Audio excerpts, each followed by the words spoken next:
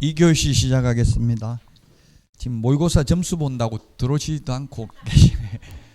멘탈 약하신 분들은 시험 보면 안 돼. 이게 점수 안 나오면 포기할 것 같으면, 포기 안 할 것 같으면 그냥 그럴 수도 있지, 이번에 공부 안 했으니까 하고 마음 편하게 먹어야 되고요. 그리고 지금 1회 때 전과목 60점 이상 나오면 굉장히 위험해요, 실제 시험에서는. 왜냐면 사람 마음이 교만해질 수밖에 없거든요. 더 이상 나는 공부할 필요 없다 이런 생각이 들어서 그냥 느긋하게 있다 나중에 막판에 나와가지고 떨어지고 이런 걸 저는 수없이 많이 봤어요. 그러니까 베이스 관리하는 게 중요하다고요.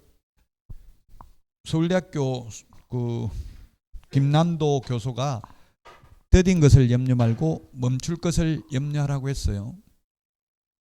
저하고 친구인데 나이가 같으니까 친구라고 해야 되겠죠. 김난도 교수 유명하죠. 그분 소비자학과, 서울대학교는 소비자학과가 있더라고요. 그러니까 여러분들도 너무 점수에 연연해하지 마시고 멘탈 관리를 하셔야 됩니다. 끝까지 하는 게 중요해요. 베이스를 관리를 하는 게. 갑자기 무리하게 막 밤 12시까지 1시까지 2시까지 공부하는 거 좋지 않죠. 저도 나이를 먹어서 그런지 12시 넘어서 자니까 막 힘들더라고. 그 다음날 이제 이해가 돼. 옛날에 막 할아버지들 일찍 자고 새벽에 일어나는 게 이해가 안 되더니만 제가 그래. 새벽 되면 일찍 깨고 저녁 되면 빨리 자고 이렇게 되더라고요. 어느새. 자, 2교시 시작하겠습니다. 주택임대차 신고입니다. 주택임대차 신고는 주택임대차보호법상 주택입니다. 아까 우리 주택 취득 자금 조달 계획 했을 때 주택은 건축법상 주택입니다. 이게 주택법에서 건축법으로 바뀌었어. 그리고 우리 암기 프린터 13번에 좀 고치세요. 13번에 그 동그라미 1번에 동그라미 2번 맨 뒤에 보면 주택법상 주택 이렇게 돼 있죠. 주택 13번 주택법상 주택이라 안 돼 있어요. 건축법으로 고치시라고요. 건축법, 주택법, 건축법. 이게 처음에는 주택법이었는데 건축법으로 바뀌었어요. 건축법상 주택이 좀 더 명확하긴 한 것 같아요. 건축법에서 주택 보면 단독주택, 공동주택이 있고, 단독주택은 단다, 다공, 단독, 다중, 다가구, 공관. 그 다음에 공동주택은 아파트, 연립, 다세대, 기숙사 이렇게 돼 있죠. 이 건축법상 주택이라고요. 건축법상 주택. 그 여기는 주택임대차보호법상 주택입니다. 그럼 차이가 뭐냐 하면, 즉 앞에서 자금조달계획은 오피스텔은 건축법상 주택 아닙니다. 그래서 오피스텔은 자금조달계획 제출할 필요 없습니다. 생활형 숙박시설 이런 걸. 그러나 주택임대차보호법은 사실상 주택으로 사용하면 오피스텔도 주택이죠. 그 오피스텔도 주택임대차 신고는 해야 되고, 오피스텔은 주택취득 자금조달계획 제출 대상은 아니라고요.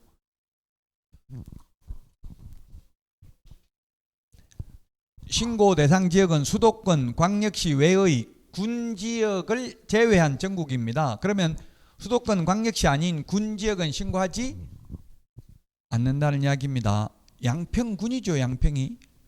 양평군은 경기도니까 신고를 해야 됩니다. 청평군, 가평군도 신고해야 됩니다. 근데 음성군은 신고 안 해도 되죠. 충북 음성, 여기 이천 옆에 음성 아니에요? 네? 장원 이천 아니에요? 네, 이천 맞아요. 이천이 면적이 용인하고 비슷하더라고요. 용인보다 조금 적더라고, 면적이 약간. 용인이 9개 시에 걸쳐 있더라고. 9개 시. 용인은 화성하고 비슷해요. 용인하고 화성하고. 화성, 남양주 이런 데가 거의 비슷해요. 네, 용인은 맞아요. 여왕 주 과천 있는 데서부터 해서 주 안성, 9개 시에 안성, 평택, 오산, 수원, 그 다음에 어왕, 성남, 광주, 이천, 그 다음에 안성 했나? 뭐 8개밖에 안 되는데 하나 뭐가 빠졌네. 9개 시에 걸쳐 있더라고요. 지도 놓고 세보니까. 왜냐면 지금 용인이 집값이 지금 3억 올라갔대. 그 삼성 시스템 반도체 클러스터 300조 투자한다고 하니까, 그 한숲시티라고 제가 그 중개했거든요. MGM 500만 원 줬어요. 분양 안 돼가지고. 한숲시티 6,800세대 용인 그 동탄에서 바로 넘어가면 있는 데 있다고요. 그 악성 미분양이었어요. 입주할 때까지 50% 미분양이었어요. 그 당시 분양가가 800만 원이었어. 산속에 지어놓은 게, 산하고 논밭에 지어놓은 게 800만 원. 그 당시 시세가 일반 구축들이 600만 원밖에 안 했거든요. 시세가. 지금 한 5, 6년 전이었으니까 한 6년도 넘겠네. 엄청나게 비쌌다고 분양가가. 이 편한 세상이었어요. 근데 지금 거기도 뭐 1억 이상 올라갔대요. 지금 감성 들어온다고 하니까. 지금은 굉장히 불편해요. 완전히 거기 산속에 있으니까. 용인도 처인구가 좀 면적이 넓더라고. 처인구. 그 용인 사람들한테 어디 사냐 물어보면 용인 산다는 사람 한 명도 없대요. 아니 뭐 수지 산다 뭐 이렇게 뭐 기흥 산다 이런 식으로 한대요. 정체성이 없대. 이래 군데 이게 그대 있으니까 용인 산다고 하면, 처인구 산다고 하면 오히려 좀 수준 낮은 걸로 보는 경향이 있대요. 그래서 오히려 토백이들은 용인 산다고 그래요. 이천은 근데 다 이천 산다고 하지 뭐 어디 장원 산다는 사람, 장원 산다고, 장원 산다 하겠네. 참 장원은 장원 산다 하는 것 같더라고요. 이천도 조금 다르네. 그러고 보니까. 그리고 제가 사는데도 군포 산다고 안 그래. 그냥 삼본 산다고 그래요. 성남 산다 안 하고 분당 산다고, 판교 산다고 하죠. 고양시 산다는 말 안 해. 일산 산다고 하지. 예, 그래요.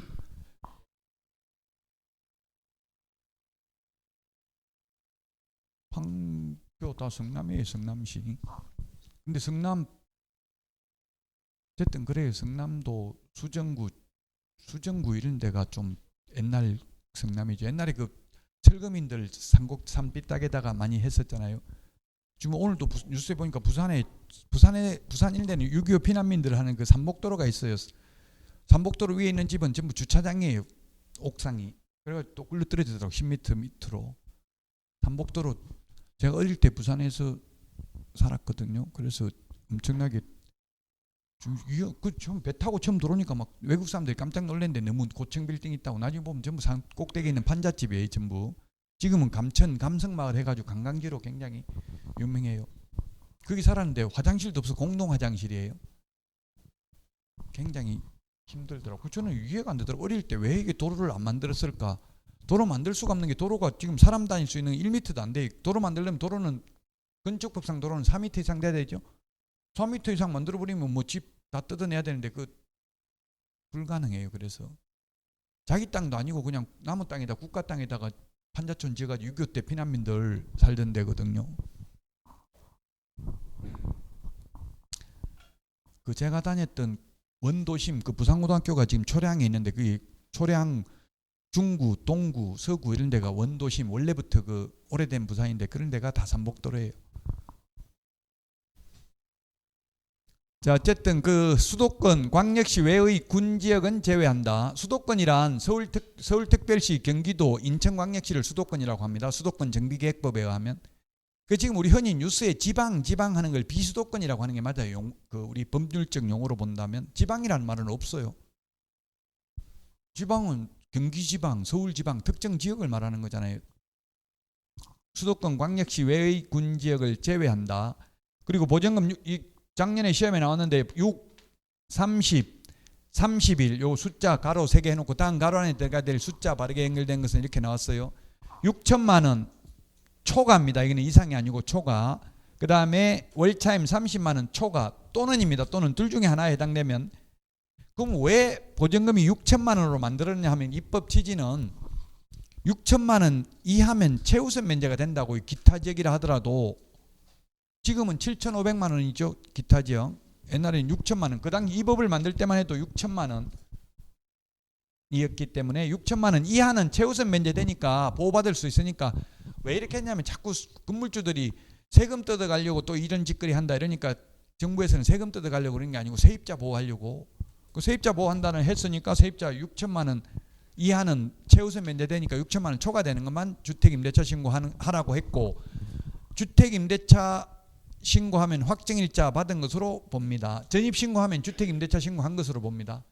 그래서 세입자 보호한다는 취지였다고, 이 입법 취지는.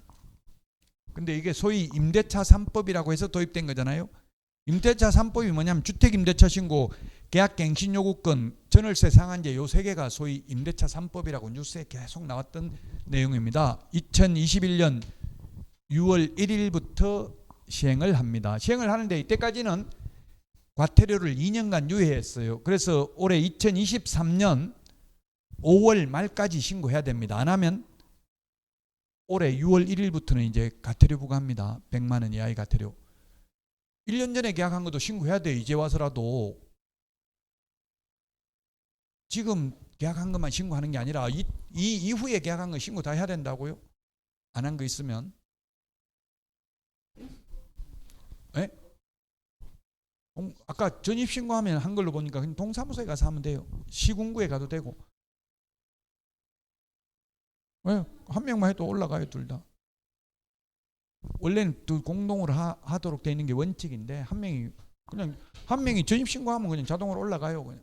단 전입신고할 때 주택임대차 계약서 가져가야 돼. 그래야 내 계약 내용을 알 수 있잖아요. 지금 보증금 이게 사실은 정부에서는 세금 받으려고 받을 가능성이 많아. 이게 빅데이터가 축적되고 있으면 나중에 임대소득세 이런 거 받을 수도 있겠죠. 근데 임대소득세는 그렇게 크지는 않아요. 임대소득세는. 왜냐하면 그렇죠. 안 해도 돼. 이하는. 그래서 요즘 어떻게 하냐면은 6천만 원은 신고 안 해도 되잖아요.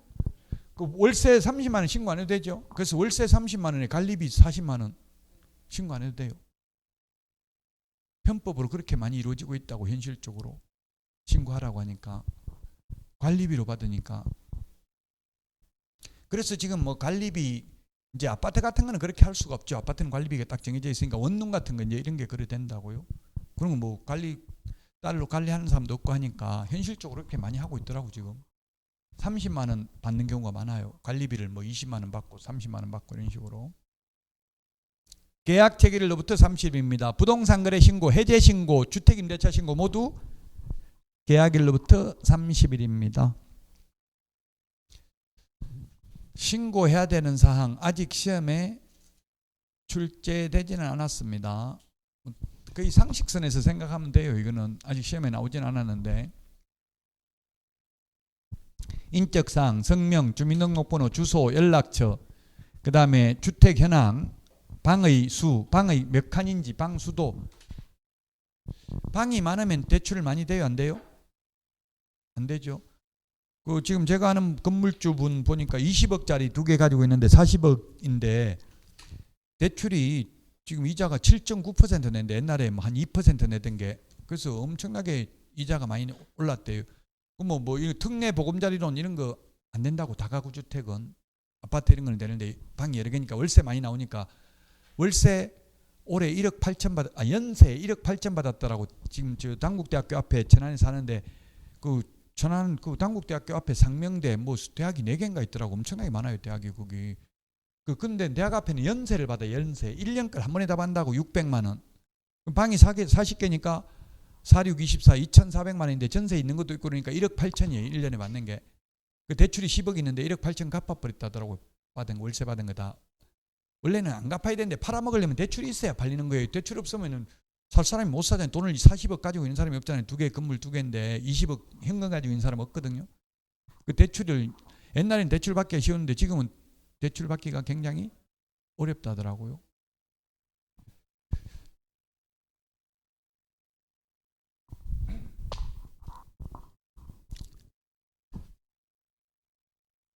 보증금, 차임, 계약기간, 계약체결일 이런 거 당연히 신고해야 되고요. 계약갱신 요구에 해당하는지 여부도 신고해야 됩니다. 자, 주택임대차 신고는 주택임대차 계약체결일로부터 30일 이내 신고하는데 원래는 신고관청이 신고해야 돼. 시군구에. 근데 시군구에서 사실은 동사무소 동으로 위임돼 있어요. 조례로. 그래서 동사무소에 그냥 전입신고하면 된다고. 전입신고할 때 그냥 임대차 계약서 들고 가면 돼요. 당사자 공동으로 신고해야 됩니다. 국가 등의 계약 일방 당사자인 경우 국가 등의 신고해야 됩니다. 그 다음에 신고하면 지체 없이 신고 필증을 발급하고요. 그 다음에 만약 정정신청도 가능하고 똑같아요. 정정신청은 우리 부동산 거래 신고하고 그리고 해제 신고, 해제 변경이 됐으면 30일 이내 해제 또는 변경 신고 해야 됩니다. 신고를 하면 어제 되는 게 있는데 전입신고하면 주택임대차 신고한 것으로 본다. 단 계약서 원본 가져가야 되고요. 그 다음에 아까 제가 말했던 민간임대사업자, 즉 민간임대주택특별법에 의한 임대사업자, 여기서 임대사업자라고 하면 그 세무서에 사업자 등록 내고 또 시군구에 임대사업자 등록을 한 번 더 한 경우를 말합니다. 그냥 세무서에만 사업자 등록 내고 임대사업자 등록을 시군구에 안 한 걸 임대소득자라고 그래요. 임대소득자하고 임대사업자하고 달라요. 그래서 어쨌든 그 임대사업자는 관련법이라고 하면 이건 민간임대주택특별법, 그 다음에 공공주택특별법이에요. 그 법에 의해서 신고하면, 예를 들면 국민임대주택, 행복주택 이런 거는 LH에서 하는 거잖아요. 그럼 LH에서 신고하거든요. 그건 해야 돼요. 공공주택특별법에 의해서. 그럼 따로 우리 부동산거래 신고 등에 관한 법률에 의해서 신고 또 한 번 할 필요는 없다. 행복주택은 6년간 살 수 있고요. 국민임대주택은 20년간 살 수 있어요. 지금 빌라 사기 이런 거 많은데 제가 볼 때 빌라에 또 국제사이버대 그 학생이 질문, 게시판에 질문, 빌라 건조당 깨끗, 등기부 깨끗한데 들어가도 되겠죠? 위험하지 않겠죠? 이러더라고요. 그래도 위험할 수 있습니다. 뭐 시세보다 전세가 더 비싸면 위험하잖아요. 그 새 빌라는 전세를, 그 시세를 알기가 어렵다는 이야기예요. 새 빌라, 신축 빌라를 또 선호하잖아, 젊은 분들. 그러니까 빌라는 위험할 가능성이 있어요. 아무리 건조당이 없고 깨끗하다 하더라도 거의 시세는 맞먹으니까 전세 보증금이 나중에 못 돌려. 그래 놓고 사기꾼들은 팔아버린다고 빌라 왕한테, 돈 한 푼도 없는 사람한테 팔고 사면 오히려 200만 원씩 주더라고. 빌라 왕 자살했잖아요. 그분 종부세 80억 나와가지고 남은 거는 60억 200만 원씩 받았으니까 천채니까 20억 벌었다고. 빌라 1000개 소유했으니까 20억 벌었는데 세금이 80억 나왔어요. 그러니까 60억 더 토해내야 되잖아요. 그 자살해버렸다고. 60억 갚을 가능성이 없으니까. 그런 식으로 사기친다고. 비싸게 전세 놔놓고 다른 사람한테 명의 넘겨버린다고요. 그럼 명의 넘길 돈 없다 하니까 내가 취득세 다 내줄게, 그리고 또 200만 원 줄게 이러니까 젊은 분들 세상 물정 모르니까 그냥 받은 거잖아요.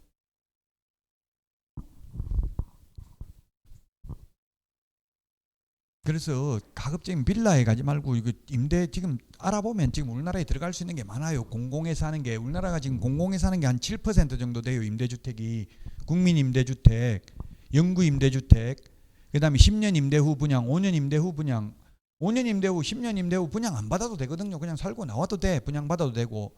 근데 민간임대주택 특별법에 의한 민간임대주택은 10년 살고 분양 받을 수 없어요. 그거는 무조건 임대예요. 새로 분양 받으면 새로운 조건에 따라서 그 이제 사업 시행자가 분양하면 그게 청약을 해야 되는 거고요. 뭐 임차인 우선 분양 없다고. 민간임대는, 민간임대주택 특별법은. 행복주택 6년 살고 그것도 분양 못 받아요. 지금 윤석열 정부에서 하는 뉴홈이라는 게 있어요. 뉴홈. 옛날에 이명박 정부 때는 이걸 보금자리 주택이라고 불렀고요. 그 박근혜 정부 때는 뭐 행복주택 이렇게 명칭을 다 자기 지적을 올리기 위해서 다 명칭을 바꾸거든요. 전부 다. 그 뉴홈이 지금 세 가지 방식이 있어요. 이게 6년 살아보고 분양받는 게 있고 선택형이에요. 그 다음에 나눔형은 싸게 분양해 주는 대신에 시세 70%로 분양해 주는 대신에 나중에 남는 건 나눠야 돼. 국가하고 이익을 나눠야 된다고. 그게 나눔형이. 이 청년 세대, 지금 MZ세대가 지금 지지율이 내려가고 있대요. 그러니까 MZ세대를 겨냥한 거죠. MZ세대가 이거 언제 밀레니엄이니까 거의 1980년대부터 2000년대 출생한 사람을 MZ세대라고. 그러면 70년대까지 출생하는 사람이 뭐예요 이게? 70년대 출생한 사람은 65년생 이후를 스테지 이런 세대, X세대. 저는 베이비붐 세대들하고 전쟁 끝나고 이제 막 다 죽고 나니까 무조건 빨리 놓고 보자. 그쪽 형제가 9명이, 제가 8번째예요. 베이비붐 세대예요. 저는 아무도 어릴 때 못 먹고 컸어. 그냥 부모님이 나누면 알아서 다 큰다고 생각하고. 근데 저는 딸이 6명이고 아들이 3명이라서 저는 좀 많이 배골진 않고 크긴 했어요. 어릴 때. MZ세대가 이게 유능한 것 같아요. 스윙보트예요. 뭐 여당 야당 필요 없어. 나한테 잘해준다는 사람한테 무조건 투표한다고요. 아들한테 물어보니까 누구한테 할래 물어보니까 저하고는 완전히 다르더라고요. 나한테 뭐 돈 많이 준다 하면 해주지 이렇게 하더라고. 근데 나이 많은 사람은 딱 세뇌돼 있기 때문에 뭐 뭔 짓을 하든 나중에 내가 원하는 사람 찍어주거든요. 안 바뀌어요 마음이. 무슨 짓거리를 해도. 근데 젊은 사람 바로 바뀌어버린다고 나한테 좀 안 해주면 바로 바꿔버려요. 그게 현명한 거죠. 스윙보트가. 우린 내가 굳어가지고 이제 누가 모른 말을 해도 안 들어. 나이 먹으면 고집이 세거든요. 절대로 안 바꾼다고. 저도 안 바꿔요. 제 신념을 절대로. 누가 아무리 정치를 못해도 내가 원하는 사람, 그 처음 안 먹었다는 사람 찍어준다고요. 자, 그 전입 신고하면 그 임대차 신고한 것으로 보고, 임대차 신고하면 확정일자 받은 것으로 본다. 그래서 세입자 보호하려고 만들었다는 걸 강조하기 위해서 법을 이렇게 만들어놨어요. 내 세금 폭탄, 세금 때리려고 만든 게 아니다. 세입자 보호하려고 만든 것이다. 그 시험에 나오면 이게 주택임대차 신고는 세금 폭탄 때리려고 만든 거다 이러면 X예요. 그렇게 내지도 않겠지만 세입자 보호하려고 만든 것이다. 이 법 취지는.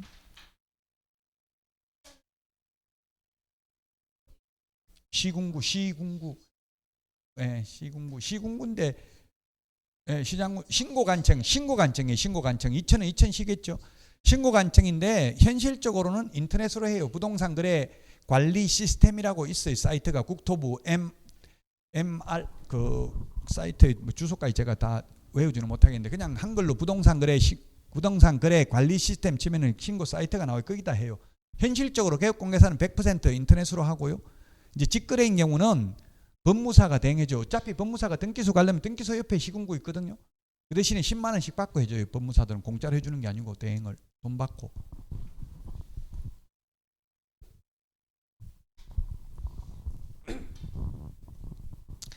임대차 신고 30일 이내 해야 되고요. 거래 당사자 직거래인 경우 거래 당사자가 해야 되고 한 명이 거부하면 단독으로 할 수 있는데 증명서류와 사유서 제출하러 가야 되니까 방문 신고 안 되고요.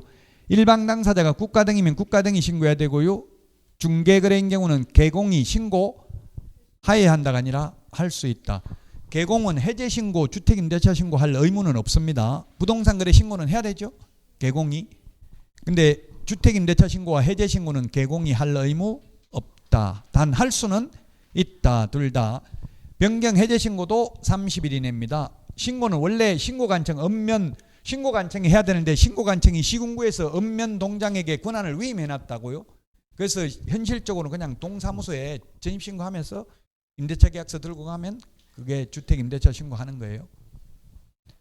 그 현실적으로 지금 서울의 대부분 구청에서는 그 공인중개사 협회하고 MOU 체결돼가지고 그냥 개업공개사들이 서비스 차원에서 인터넷으로 신고관청에 직접 해주는 경우가 많이 있대요. 손님 믿기 당연히 되죠. 내나 똑같이 그 부동산 거래 신고하는 사이트에서 가능해요. 인터넷으로. 근데 거래 당사자 직거래들은 그런 걸 잘 모르니까 안 하고 중개거래인 경우는 개업공개사님 좀 해주세요 하면 해줄 거예요. 거부하기는 힘들죠. 중개보수 받아야 되는데 못하겠다 이렇게 하기는 좀 어렵겠죠. 해달라고 하면. 동사무소 가기 싫으면. 동사무소가 지금은 동주민센터라고 돼 있고요. 법에는 그 행정복지센터라고 부르는데 그래서 또 제 지금 당국대 대학원 학생이 동장이 있어요. 그래서 행정복지센터인데 그럼 센터장님이라고 부릅니까? 물어보니까 그건 아니래. 또 동장이라고 부르는데 그 참 웃겨요. 법은 또 행정복지센터라는 말은 없어. 법에는 법조문에는. 근데 부르기는 여기는 가니까 이천 또 행정복지센터더라고요. 행정복지센터가 좀 더 여러 개 옛날에 대동제가 있었어요. 부천 같은 데가 그렇게 돼 있다고. 부천 구 다 없어졌잖아요. 그래서 대동제 동이 큰 동을 보통 행정복지센터라고 부르는 것 같아요. 요 좀 크던데 건물 여기 있는 거. 자, 주택임대차 신고 방법. 본인이 제출해도 되고 대리인이 해도 되고요. 전자문서는 본인만 가능하고 대리인 X 안 된다. 아까도 이야기했어요. 인터넷으로 하는 거는 대리권 수여했는지 수권행위가 있는지 여부. 민법에서 수권행위는 대리권 줬다 받았다 뭐죠? 수 받을 숫자 줄 숫자 줄 숫자입니다. 대리권을 줬다는 걸 대리권을 줬다는 게 줘야 그 대리행위 효력이 있잖아요. 대리권을 주는 게 수권행위가 줄 숫자입니다. 줄 숫자. 이게 줄 숫자고요. 요거 없으면 받을 숫자입니다. 그 수수료. 이게 주고받는 게 수수료잖아요. 줄수 받을 수. 이게 줄 숫자고 요거 없으면 받을 숫자입니다. 특히 민법 지금 뭐 1차가 점수 잘 나오는데 바람직한 것 같아요. 1차가 중요하고요. 지금은 2차는 계속 듣고 잊어먹고 점수 안 나오는 게 더 좋아요. 17.5점 나오면 좋다고 했어요. 제가 이번 모의고사 점수는. 그래야 충격받고 이거 공부해야 되겠구나. 뭐 다 들은 것 같은데 처음부터 보는 단어는 별로 없는데 답만 다 피해간다고 대충 알면. 그렇다고 지금 2차만 하고 있으면 안 된다고 1차 해야 되고요. 1차는 공부하는데도 시간 많이 걸리고 그러면 잊어먹는데도 시간 많이 걸려요. 1차는. 근데 2차는 금세 돌아서면 잊어먹고 안 하면 또 보면 금세 알고 뭐 이거 아까 30일 이런 거는 뭐 30일 논리적으로 왜 30일이냐 29일도 아니고 32일도 아니고 암기해야 되잖아요. 그냥 30일은 솔직히 말하면 그 암기했다가 또 몇 달 지나면 다 잊어먹어버린다고 안 하면 안 보면 그러니까 계속 듣고 잊어먹고 거듭되는 고통을 받아서 영혼을 정화해야 됩니다. 똑같습니다. 이거 부동산 거래 신고하는 거하고 서명 또는 날인이고요. 신분증 제시해야 되고요. 그 다음에 일방이 신고서에 단독으로 서명 또는 날인한 후 임대차 계약서와 임대차 계약 입증 서류 계약서 미작성했을 때 계약서 있으면 계약서 첨부해가지고 신고관청에 제출한 경우 공동으로 신고한 것으로 본다. 그 동사무소에 그냥 계약서 들고 가서 전입신고하면 주택임대차 신고한 걸로 본다고요. 신고사항 기재한 서명 날인된 계약서 제출 시 신고서 제출한 것으로 본다. 임대차 계약 당사자 공동으로 신고서 제출한 것으로 본다. 전자계약을 체결하면 인터넷으로 전자계약 체결하면 여러분이 손님 입장이라면 매수인 입장이나 임차인 입장이라면 전자계약서 작성하는 게 좋아요. 지금 대출금리 한 0.2% 정도 할인해줘요. 그럼 20년 이상 장기 모기지론이면 최소한 500만 원 이상 이자를 절감할 수 있다고요. 한 2억 정도 한 1, 2억 받았다고 간주하고 네? 오랫동안 하니까 매매한 거는 뭐 임대차는 그렇게 오래 안 될 수 있지만 전세자금은 매매는 장기 모기지론이잖아요. 보통 뭐 20년 30년 뭐 이렇게 하는 경우가 많으니까요. 저 같은 경우는 20년 하려고 해보니까 그때까지 살아있겠어요 이러더라고 은행 직원이. 그럼 짧게 해주세요 이랬어요. 길면 나이 먹으니까 길게 하기도 쉽지 않더라고요. 젊은 사람은 가능한데. 그러니까 슬프더라고요. 갑자기 내가 죽을 때 다 됐나 싶고. 자, 주택임대차 신고 어제입니다. 전입신고 시 주택임대차 신고한 것으로 본다. 그 대신에 임대차 계약서 제출해야 된다. 단 임대차 계약을 문서로 안 하고 말로 계약할 수도 있잖아요. 구두로 했으면 미계약서 작성했을 때는 임대차 신고서를 제출해야 된다. 말로만이 현실적으로 말로만 하는 거는 거의 없죠. 그 동거인 같은 거는 말로만 하는 경우도 있어. 그냥 친인척. 저도 제가 조카 같이 뭐 한 몇 년 데리고 있어 봤어요. 형님 아들. 그런 애들은 뭐 임대차 계약서 안 쓰잖아요.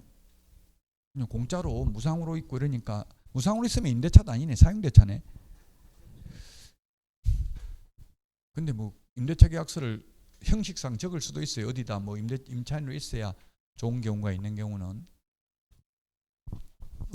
주택임대사업자 관련법상 신고 시 주택임대차 신고하는 것으로 본다. 민간임대주택 특별법에 의해서 신고하거나 공공주택 특별법에 의해서 LH가 신고했다면 또 할 필요 없다 이 말이에요. 주택임대차 신고하면 확정일자 받은 것으로 본다. 신고 안 하면 100만 원 이하의 과태료다. 30일 이내 하지 않거나 거짓 신고한 경우.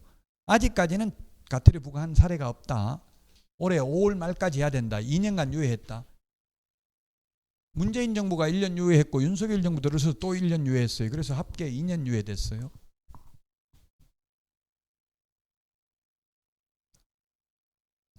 자진신고자 감면 제외.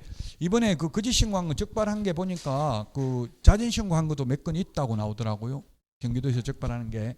자진신고 리니언시 제도입니다. 리니언시 제도. 자진신고하면 감면 대상이 아닌 것. 암기 프린터 47번에 있나요? 47번.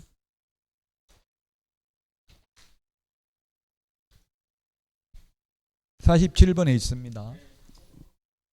우리 교과서는 그 407 한번 볼까요? 407.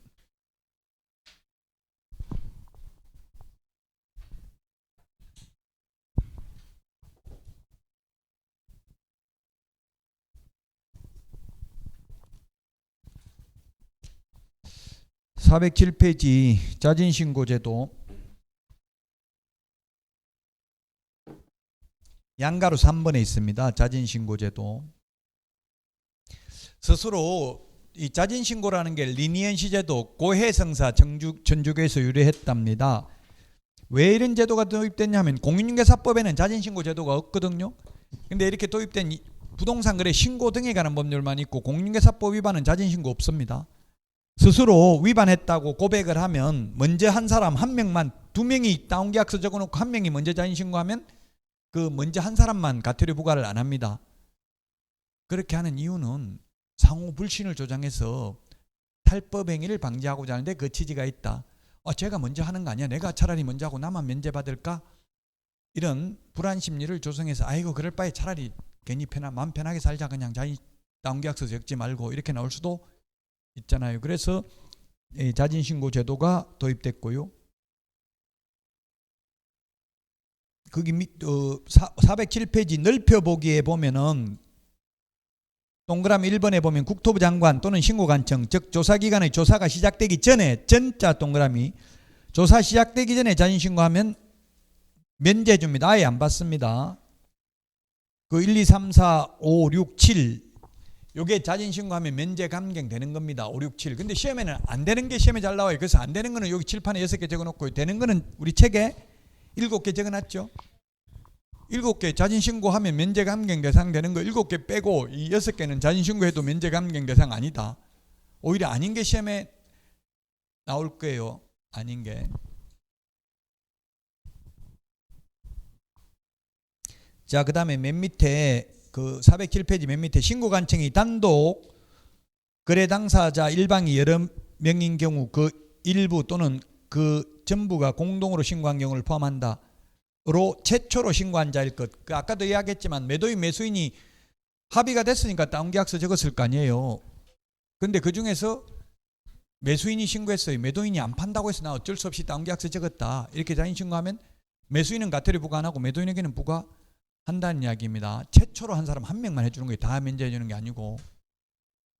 408페이지 디귿 위반 사실 입증에 필요한 자료 등을 제공하는 등 조사가 끝날 때까지 성실하게 협조하였을 것.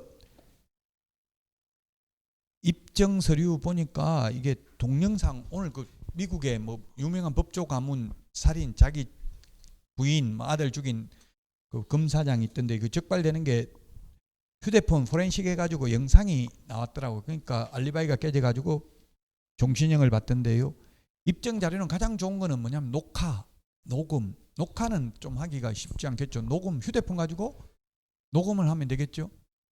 왜냐하면 중개사무소에 가면 원탁 테이블에서 적어요. 계약서를. 계약서는 그 실장이 출력해요. 실장이나 개업공개사가 컴퓨터로 출력해가지고 사인은 보통 원탁 테이블에 앉아서, 보통 중개사무소 계약하고 있는 거 알려면 원탁 테이블에서 여러 명 앉아 있으면 그 계약하고 있는 거예요.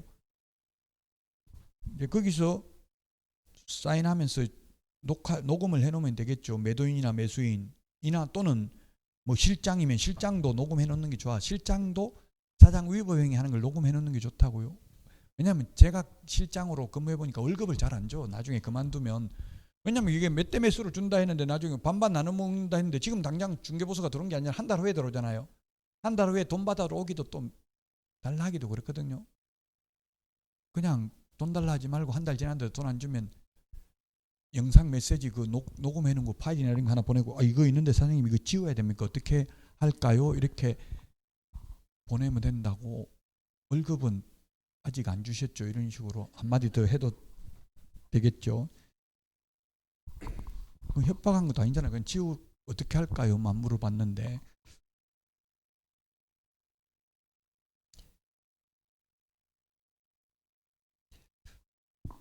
물론 잘 주는 데도 있을지 모르겠는데 제가 근무하는 데는 잘 안 주더라고요. 저는 그냥 다 포기했어요. 달라 소리도 안 하고.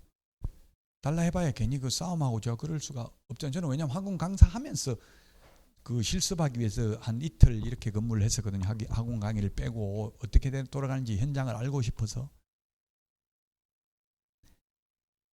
자, 그 다음에 동그라미 2번입니다. 408페이지 세 번째 줄에 감경의 경우 조사기관의 조사가 시작된 후 동그라미, 시작되기 전에는 100% 면제고요. 시작된 후에는 50% 깎아줍니다.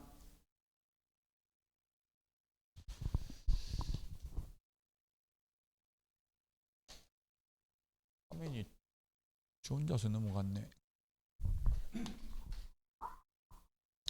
여기 조사 시작되기 전에는 면제, 시작된 후 50% 깎아주고요. 다만 1년 이내 자진신고를 하여 3회 이상 과태료를 감면받은 경우에는 네 번째 자진신고하면 상습범이니까 자진신고에도 면제 감경해주지 않는다.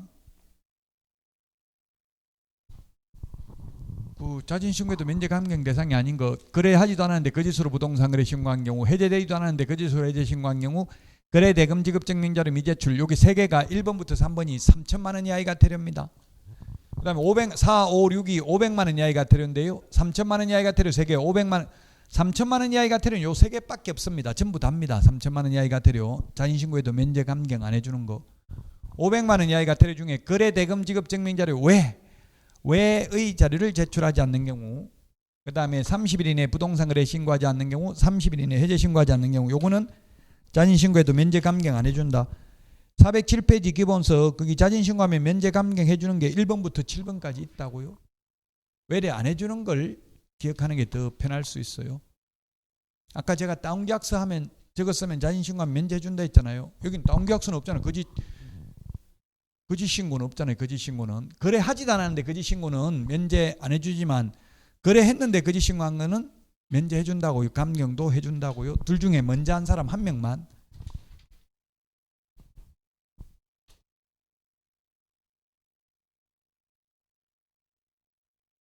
자, 그 다음에 374 외국인 특례입니다. 외국인 특례. 외국인 특례는 특별히 외국인에게는 예외적으로, 우리나라 사람은 안 해도 되는데 외국인의 경우에 특별히 예외적으로 신고하거나 허가받아야 되는 게 있다. 외국인 등에 해당되는 용어 정의가 시험에 출제됐습니다. 최근에 대한민국 국적을 보유하고 있지 아니한 개인, 외국 법령에 따라 설립된 법인단체, 사원 구성원의 2분의 1, 임원의 2분의 1, 그 다음에 자본금의 2분의 1, 의결권의 2분의 1, 초과가 아니라 이상을 외국인이 가지고 있으면 외국인 등에 해당된다. 초과가 아니라 이상이라고요. 이상. 외국 정부, 국제연합, 산하기구, 전문기구, 그 다음에 정부간 기구, 준정부간 기구, 비정부간 기구, 요거까지도 시험에 출제됐습니다. 전부 다 외국인 등에 해당된다. 외국 시민권을 취득해도 외국인 등에 해당되고요. 외국 영주권을 취득한 사람은 외국인 등에 해당되지 않습니다. 시민권, 영주권은 시험에 나온 적은 없습니다. 근데 우리 보통 제1동포라는 말을 많이 써요. 제2동포라는 말을 많이 써요. 현실적으로 현업에서.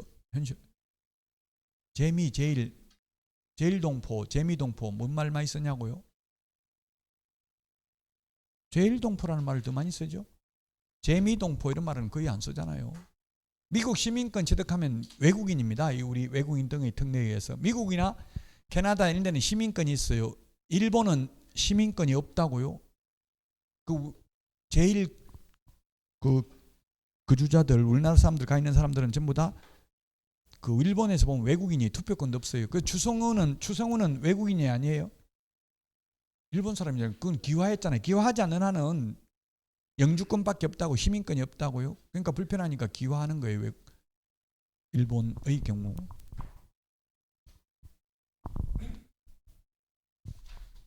롯데도 거의 지금 롯데 지배구조가 거의 사실은 일본이더라고요. 롯데, 신격호 이분들 다 우리나라에서 태어났지만 전부 다 일본 사람하고 다 결혼했더라고. 배우자는. 우리나라에서 롯데백화점 이런 데서 본 거 전부 다 거의 다 일본으로 다 건너가고 있더라고. 한 7, 80% 이상은.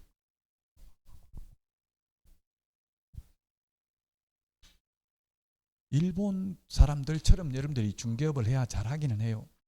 일본의 그 정서는, 저는 일본을 뭐 몇 번 많이 가보긴 했는데 혼내와 다떼마의 문화라는 게 있어요. 그게 남한테 친절하게 하는 거. 여자분들 막 진짜 온몸을 바칠 듯이 해.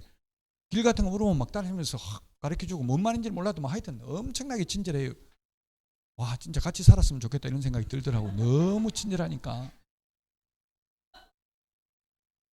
그게 다떼마의 본심은 아니라고 혼내 속으로는 욕하고 있을 수도 있어요. 그 진심이 아닐 수도 있다고요. 근데 진짜 겉으로 중개업을 해도 겉으로 그렇게 친절하게 해야 된다고. 속은 뭐 욕하고 있어도 그게 쉽지가 않아요. 그러니까 저는 중개업은 그렇게 돈 잘 벌 스타일은 아니더라고요. 자꾸 얼굴에 나타나니까 마음이 안 나타나야 돼요. 완전히 포커 페이스가 돼야 된다고요. 무슨 생각을 하고 있는지 몰라야 돼. 그냥 무조건 친절한 모습만 보여야 된다고요. 일본이 그래요. 진짜 친절하더라고. 여자분 뭐 일본 말도 어떻게 했는지 하여튼 길 물으니까 막 오면서 따라오면서 다 가르쳐 주더라고요. 그 와이프하고 같이 와이프 보고 너도 좀 저렇게 친절하게 해라 하다 그래서 싸워가지고 또 죽이니 살리니 하다가 겨우 돌아왔어요. 너부터 친절하게 해봐라 하면서 또 막 와이프가 또 소리 지르고 이러더라고. 그래서 자, 계약 체결로부터 60일 이내에 신고해야 되는데요.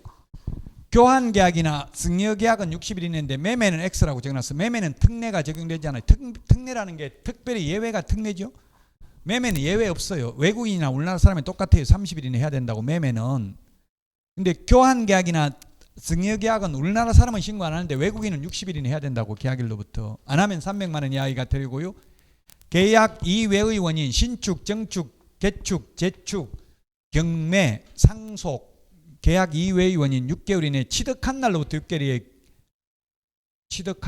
6개월 이내. 그래서 상속이 시험에 나왔는데 피상속인 사망한 날로부터 6개월 이내예요. 경매도 시험에 나왔는데 매각 대금 완납한 날로부터 6개월 이내라고요. 소유권 이전 등기를 격려한 날로부터 6개월 이내 X. 경매는 돈 다 내면 소유권 취득하죠. 상속의 경우 피상속인 사망하면 등기 안 해도 소유권 취득하니까요. 6개월 이내 안 하면 100만 원 이하가 되려. 아까 시민권 취득한 경우 외국에 국적이 변경되면 6개월 이내 신고해야 된다. 안 하면 100만 원 이하가 되려. 그 다음에 외국인 허가 받아야 되는 지역이 있는데 허가 없이 취득하면 무효고요. 허가 신청하면 15일 이내 허가 여부 통보해야 됩니다. 15일 암기 프린트 49번에 있고요. 외국인 특례에 의해서 허가 안 받으면 2년 이하의 징역이나 2천만 원 이하의 벌금입니다. 자, 외국인 허가 받아야 되는 게 암기 프린트 27번 군문자야. 군사기지 및 군사시설 보호구역, 문화재 보호구역, 자연환경보전법에 의한 생태경관 보전지역, 야생 생물 특별보호구역 암기 프린트 27번에 있습니다. 군문자야. 그 여러분들 모의고사 본 거 한번 암기 프린트 찾아보세요. 얼마나 나오는지 몇 퍼센트 나오는지. 안 나오는 문제가 있다면 그건 별로 좋은 문제 아니에요. 이 암기 프린트에 나와야 그게 좋은 문제라고요. 그리고 한번 확인을 해봐. 체크를 한번 해보세요. 얼마나 나와 있는지. 군문자야. 같이 시작. 여기 군문자야 땅값 비싸요 안 비싸요? 이런 지역 전부 개발 못하고 행이지 안 되는 지역이죠. 땅값은 안 비싸요. 그런데 이를테면 지금 일본 독도 일본 땅이라고 지금 일본 총리가 이때까지 총리는 말 안 했는데 아예 총리가 일본 땅이라고 주장하더라고요. 그럼 일본 울릉도 이런 거 다 사가버리면 어떻게 할 거냐고요. 일본에서. 그래서 허가받아야 된다고.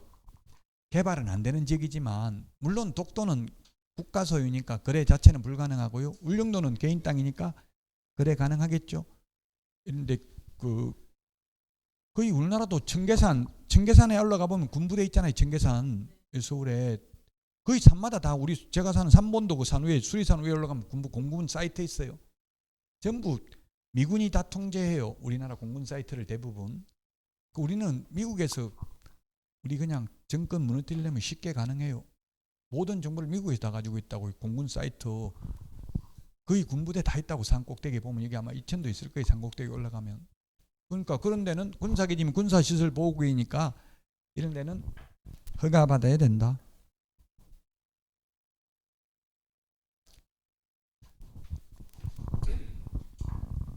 신고관청은 신고사항 또는 허가 내용을 매분기 종료일로부터 1개월 이내 시도의사에게 제출해야 되고요.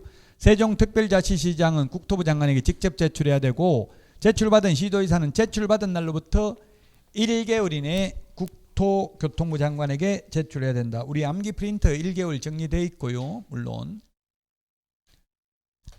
자, 이제 토지거래 허가구역인데요. 토지거래 허가구역이 시험에 최소 2문제는 나옵니다. 옛날에 2017년까지는 이게 국토의 계획 및 이용에 관한 법률에 있었습니다. 2017년 국토의 계획 및 이용에 관한 법률, 외국인 토지법, 부동산 거래 신고에 관한 법률 3개를 통폐합해서 지금은 부동산 거래 신고 등에 관한 법률이라고 합니다. 부동산 거래 신고 등. 등에 관한 법률입니다.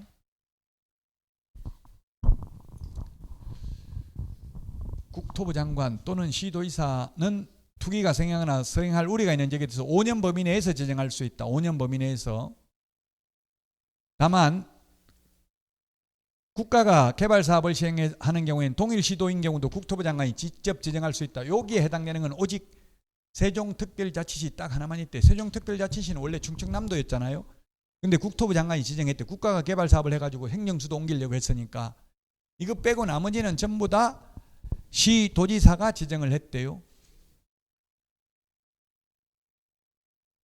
그 지금 장이 19역에서 정광훈 목사님이 원래 80억 주라고 판결 나왔는데 500억 받고 또 아파트 2채 더 주거나 50억 더 달라 해가지고 다 간철시켰어요. 그래가 지금 장이 8, 9역에 180억에 사우나 또 매수했대. 지금 매수해가 토지거래 허가 신청했대. 한번 인터넷 쳐봐요. 정광훈 목사 토지거래 허가 신청 집으시라고요. 그 주변에서 막 그 조합원들이 지금 허가 내주지 말라. 근데 그 주변에서 민원이 제기되고 있다고 그 이유만으로 불허가 할 수는 없는 거죠. 그래서 정광훈 목사 투기꾼이다, 투기다 이렇게 주장하니까 절대 투기 아니다. 그 성도들에게 성전을 제공하기 위해서 지금 다른 데 자리가 없다. 2,000명 넘게 들어갈 때는. 그래서 그 일을 했다. 뭐 이렇게 주장하고 있더라고요. 그 투기 투자 이게 참 구분하기가 어려워. 남이 하면 투기, 내가 하면 투자라고요. 자, 그러면 사우나 건물을 허가받아야 돼. 토지에 대한 허가, 토지거래 허가잖아요. 토지거래 허가. 사우나 건물 취득하는데 허가받아야 돼요? 안 받아도 돼요? 아파트 취득하는데 허가받아야 되냐고. 목동이 허가구역으로 지정되어 있어요. 아파트 취득하는데 허가받아야 안 받아요? 지금 정광훈 목사 허가 신청을 했다고 했잖아요. 사우나 하는데도. 왜? 사우나 밑에 건물만 취득하는 게 아니라 토지도 같이 취득하니까 허가받아야 된다고. 아파트 경우에는 아파트 건물만 취득하고 토지 지분을 취득 안 할 수 없죠. 집합건물 소유 및 관리에 관한 법률에 의해서 그는 일체로 결합하여 거래가 이루어져야 되잖아요. 그래서 뭐 허가 받아야 된다고. 아파트라도. 물론 단독주택 토지는 취득 안 하고 건물만 취득하려면 허가 안 받아도 돼요.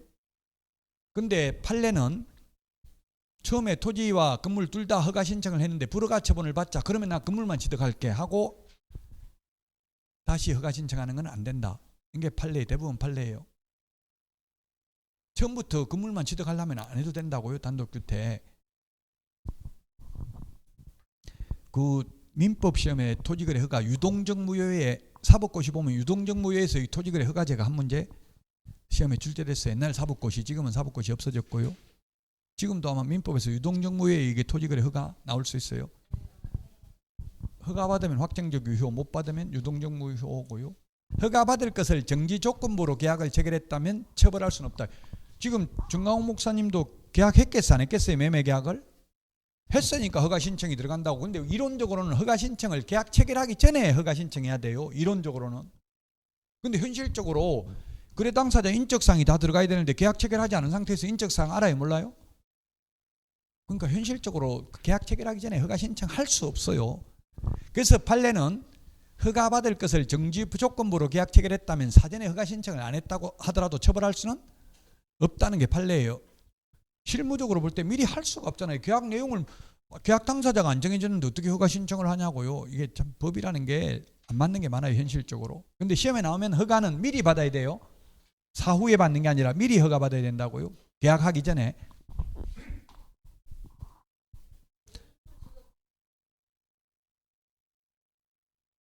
허가 받는 거? 예, 당연하죠. 아마 이천은 허가구역 없을걸요. 서울에 뭐 목동 뭐 이런데 서울에 있고요. 주로 경기도에 지금 SK 하이닉스 부지 용인시 원산면, 저인구 원산면 뭐 이런데 이번에 또 그 삼성에 300조 투자하는 거 시스템 반도체 클러스터 이런데 허가구역으로 지금 거기 용인에 그 지금 삼성 한다고 하는데 옆에 보면 10억 팔아달라 했다가 산다 하니까 20억 달라 하고 20억 달라 준다 하니까 23억 달라 하고 그래가 계약 또 23억 준다니까 27억 달라 하고 그래서 계약 안 됐다 하더라고요. 사람 욕심이 끝이었거든요. 그래서 중개할 때 가장 어려운 게 이게 중개하는 게 어려워요. 이걸 그냥 무조건 삭게 이렇게 해버리면 자꾸 올려버린다고요. 쉽지가 않더라고. 저도 해보니까 현실적으로. 너무 욕심을 지기면 파는 사람도 나중에 못 팔 수 있어요. 그냥 어느 정도 적당히 준다면 좀 손해본다는 생각 느낌 들 때 파는 게 좋아요. 파는 사람은. 살 때는 좀 더 비싸게 주고 사는 게 좋고. 그래서 무릎에서 사서 어깨에서 팔아라는 격언이 있잖아요. 가장 좋은 거는 대가리 꼭대기에서 파는 게 좋고 완전 바닥에서 사는 게 최고 좋죠. 근데 이게 바닥인지 아닌지 지금 살 때 알 수 없단 말이에요. 먼 훗날 지나봐야 그거 알잖아요.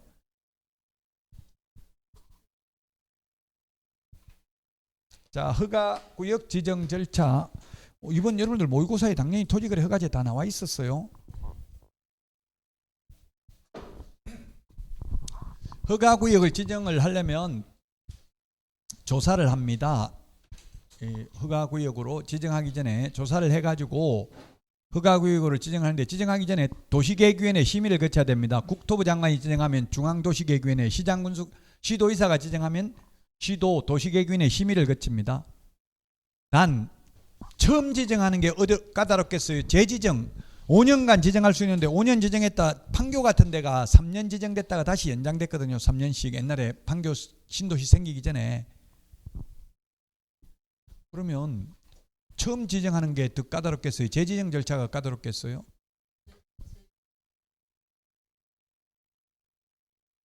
재지정이죠. 왜냐하면 5년 지정했다 또 5년 연장하면 10년이면 사유재산권이 침해되잖아요. 그럼 또 지자체장들은 부동산 가격이 올라가는 게 당선될 확률이 높다. 정치공학적으로 보면 내려가는 게 당선될 확률이 높다. 약간 올라가는 게 좋대요. 정치공학적으로는. 그럼 지자체장을 시도의사나 시장군수구청장 의견 청취하려면 의견 들으면 해제하세요. 지정하지 마세요. 이렇게 의견을 낼 가능성이 많다는 이야기. 지자체장들은 당선되려고. 그래서 재지정 절차가 까다로워요. 그만큼 사유재산권을 더 침해하는 기간이 길어지니까 아무래도 허가구역 지정되면 사람들이 안 살려고 사기가 까다롭잖아요. 투기 또는 투자 목적으로 하기가 쉽지 않죠. 실사용 목적 아니면 취득을 못 하거든요. 그래서 재지정만 의견 청취하고 처음 지정할 때 축소 해제할 때는 의견 청취 안 합니다. 재지정만 의견 청취합니다. 재지정이 까다롭습니다. 그래서 절차가. 그럼 도시계획위원회 심의를 거친 후 지정 공고를 합니다. 둘 이상의 시도에 걸쳐 있으면 국장이, 같은 시도면 시도의사가 지정한다고 했잖아요. 지정 공고를 하면 5일 후에 효력 발생합니다. 5일 후. 처음 지정했을 때는 5일 후에 효력 발생합니다. 재지정, 축소, 해제는 즉시 효력 발생합니다. 5일이라는 숫자 오직 여기 한 번 나옵니다. 부동산 거래 신고 등에 관한 법률은. 공인중개사법에 5일 딱 한 번 더 나옵니다. 자격 취소한 시도지사는 5일 이내에 국토교통부 장관에게 보고하고 다른 시도의사에게 통지해야 된다. 5일 후에 효력 발생합니다. 이 공고를 여기도 공고하고 여기도 공고하고 공고를 두 번 해요. 지정권자가 공고한 날로부터 5일 후에 효력 발생합니다. 시장군수구청장이 공고한 날로부터 5일 후에 효력 발생한다면 X죠.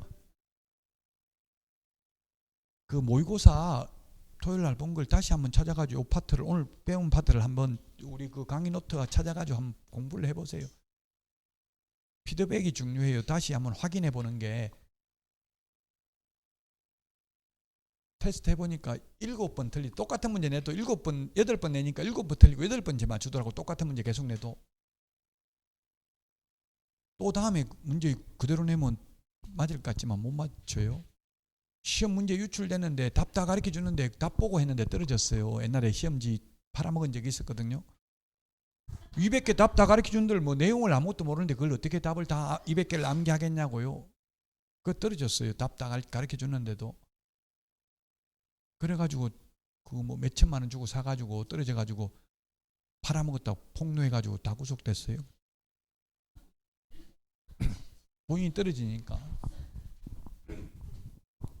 그 이후로는 이제 문제 유출 안 됩니다. 자, 5일 후에 효력 발생하고, 그리고 시도의사나 국토부 장관이 지정해가지고 통지를 하는데 국토부 장관이 지정을 했다면 시도지사를 거쳐서 시장군수구청장이 통지하고, 시장군수구청장은 지체 없이 관할 등기소장에게 통지하고, 지체 없이 7일 이상 공고하고 15일간 일반이 열람할 수 있도록 해야 됩니다. 왜 등기소장에게 통지해 주냐면은 뭘 통지해 주냐면은 공고 내용인데요. 뭐 지정 기간, 지정 토지, 지형도, 기준 면적 이런 걸 통지를 해 주는데요. 등기법에서 토지거래 허가구역 안에서 허가증 없이 소유권 이전 등기 신청이 들어오면 등기관은 등기 신청을 각하해야 된다. 기각해야 된다. 뭐냐고요? 각하죠. 절대적 각하 사유입니다. 절대적 각하 사유. 이번에 아마 헌법재판소에 무슨 금수완박법이 위헌인지 여부 신청되는데 각하됐어요. 각하. 아예 심사 대상이 되지 않는다는 이야기죠. 기각이 아니고 각하. 노무현 전 대통령 탄핵은 기각됐습니다. 탄핵 사유는 된다는 이야기예요. 왜냐하면 민주당이 많이 당선됐으면 좋겠다. 공무원은 정치적 중립 의무가 있는데 그래서 탄핵 사유는 된다. 단 심사해보니까 그러나 탄핵할 만큼 중대하지는 않다 해서 기각됐어요. 기각은 심사는 해보는 거예요. 근데 각하는 아예 심사 대상도 되지 않는 걸 각하라고 합니다. 등기법에서 절대적 각하 사유, 등기관할 위반, 등기할 물건이 아닌 경우, 허가구역에서 허가증 없이 허가 신청이 되는 경우 심사할 필요도 없잖아요. 각하. 그래서 등기소장이 알아야 돼. 어디가 허가구역인지. 그 통지해준다고. 시험에 작년 시험에 시도지사가 직접 등기소장에게 통지해준다. X. 시장군수구청장한테 통지해주고 통지받은 시장군수구청장이 등기소장에게 통지한다고요. 허가구역 지정권자가 직접 등기소장에게 통지해준다. X라고요. 시험에 나왔어요. 그렇게. 이거 70주파 7일 이상 공고인데 시험에 반대로 15일 이상 공고 7일간 열람하면 X라고요. 70주파 이렇게 암기하세요. 70주 7일 이상 공고 15일간 열람 7일 15일 순서 바꾼다고요. 암기 프린터 49번에 15일 있고요. 7일은 암기 프린터 39번에 있습니다. 해제, 축소, 지정 절차를 준용하는데 이거는 즉시 효력 발생한다고. 처음 했을 때는 5일 후에 효력 발생하죠. 재지정의 경우에는 의견 청취해야 된다.